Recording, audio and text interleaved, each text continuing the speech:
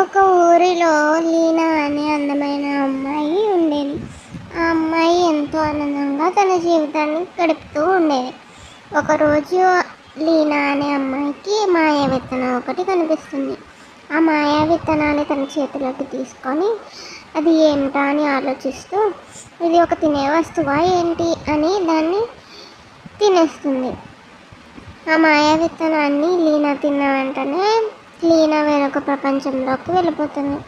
ఆ వేరొక ప్రపంచంలో మాట్లాడే చెట్లు, అందమైన పక్షులు, పువ్వులు, ఎంతో అందంగా ఉన్న ప్రదేశాన్ని చూసి లీనా ఎంతో ఆశ్చర్యపడి ఎంతో ఆనందంగా ప్రదేశం అంతా చుట్టూ తిరిగి చూస్తూ ఎంతో సంతోషంగా గడుపుతుంది. కొన్ని గంటలకి తిరిగి లీనా తన ప్రపంచానికి తిరిగి వచ్చేస్తుంది.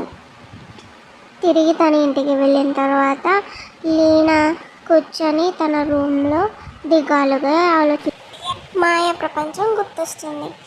ఇంతలో తనను గమనించిన తన తల్లి లీనాని దగ్గరకు పిలిచి అడుగుతుంది.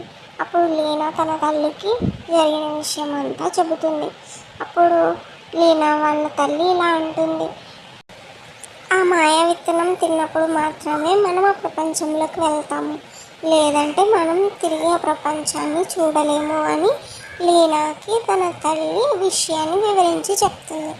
అప్పుడు లీనా ఎంతో బాధపడి తిరిగి ఆ ప్రపంచం గురించి ఆలోచించడం మానేసి తన స్నేహితులతో స్కూల్కి వెళ్ళి ఆడుకొని తిరిగి ఇంటికి వచ్చి మళ్ళీ తన స్నేహితులతో సంతోషంగా ఆడుకుంటూ ఆ విషయం పూర్తిగా మర్చిపోతుంది.